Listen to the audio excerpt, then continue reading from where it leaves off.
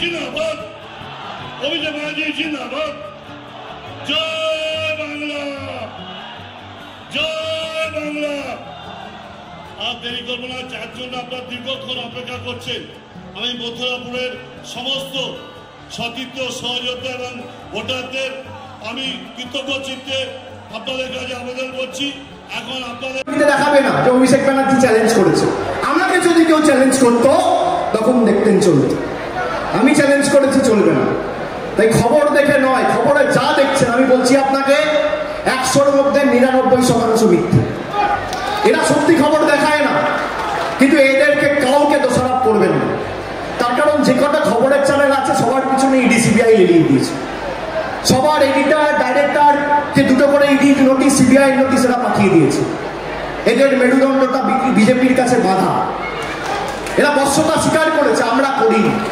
আমাদের গলা কেটে দিলেও জয় বাংলা বেরোবে, তৃণমূল কংগ্রেস জিন্দাবাদ বেরোবে, মমতা বন্দ্যোপাধ্যায় জিন্দাবাদ বেরোবে। আমরা অন্য ধাতুতে তৈরি।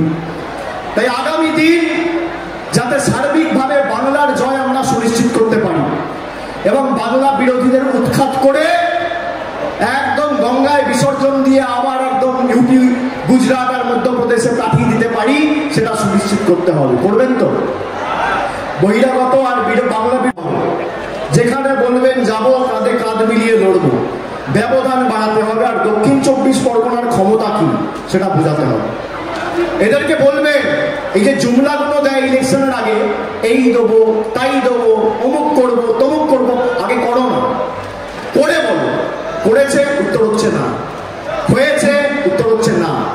এই যে আমি চ্যালেঞ্জটা করেছি, আপনি দেখবেন খবরের কোনো খবরে দেখাবে না। তার কারণ সংবাদ মাধ্যম সেটাই দেখাবে যেটা বিজেপি চায়। সংবাদ মাধ্যম খুললে খালি কি দেখবেন? Income tax rate, ED rate, CBI rate. আমি তো কবে বলেছি যে মেঘনাদের মতো মেঘের আড়াল থেকে না লড়ে ইডি সিবিআই হয়ে প্রার্থী হয়ে দাঁড়ান। ডায়মন্ড হারবারে তো প্রার্থী পাচ্ছে না, ইডি ডাইরেক্টর দাঁড়া, সিবিআই ডাইরেক্টর দাঁড়া।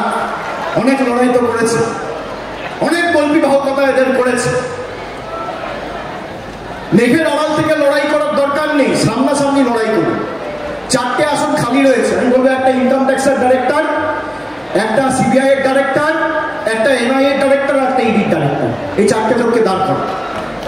দেখুন বাংলার ক্ষমতা কি। আপনার কাছে সব রয়েছে, অর্থ, টাকা, পয়সা, বিচার ব্যবস্থা, সংবাদ মাধ্যম, সব। আর তৃণমূলের কাছে খালি মানুষ রয়েছে। জনতার দরবারে বিচার হোক, মানুষ জবাব দেবে। দেশের প্রধানমন্ত্রী বিজেপির একজন ক্যান্ডিডেটকে ফোন করে বলেছে যে ইডি যে টাকা বাজেয়াপ্ত করেছে আমি সেই টাকা ফিরিয়ে দেওয়ার জন্য আইনি পরামর্শ নিচ্ছি। ইডি কত টাকা বাজেয়াপ্ত করেছে? প্রধানমন্ত্রী নিজে বলছেন 3000 কোটি। আমি বলছি এটা শুনুন ভালো করে, আপনাদের কাজে লাগবে, এটা শুনে রাখুন। এদের জুমলাগুলো গ্রামে গ্রামে গিয়ে বলবেন। শুনছেন? এটা ভালো করে শুনুন। এই জুমলাগুলো গ্রামে গ্রামে গিয়ে গ্রামের লোকেদের বলবেন।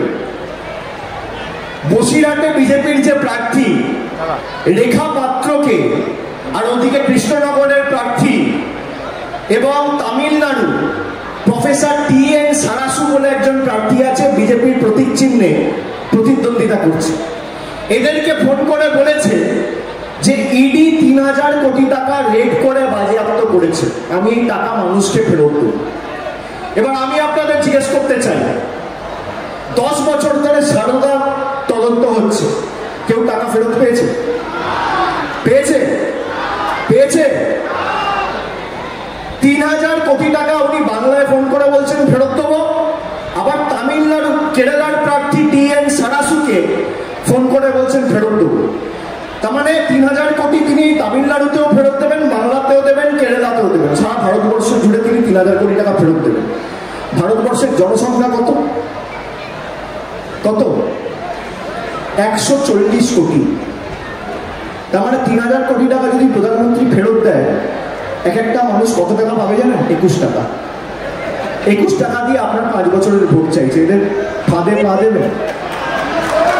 আমি তো ক্যামেরার সামনে বলছি, এই কত বড় 2 নম্বরই আপনারা ভাবুন।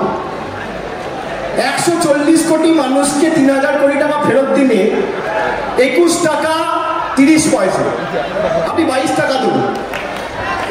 সবার অ্যাকাউন্টে পয়সা দেবে, নিয়ে বলবে তোমার 5 বছরের ভোট দাও।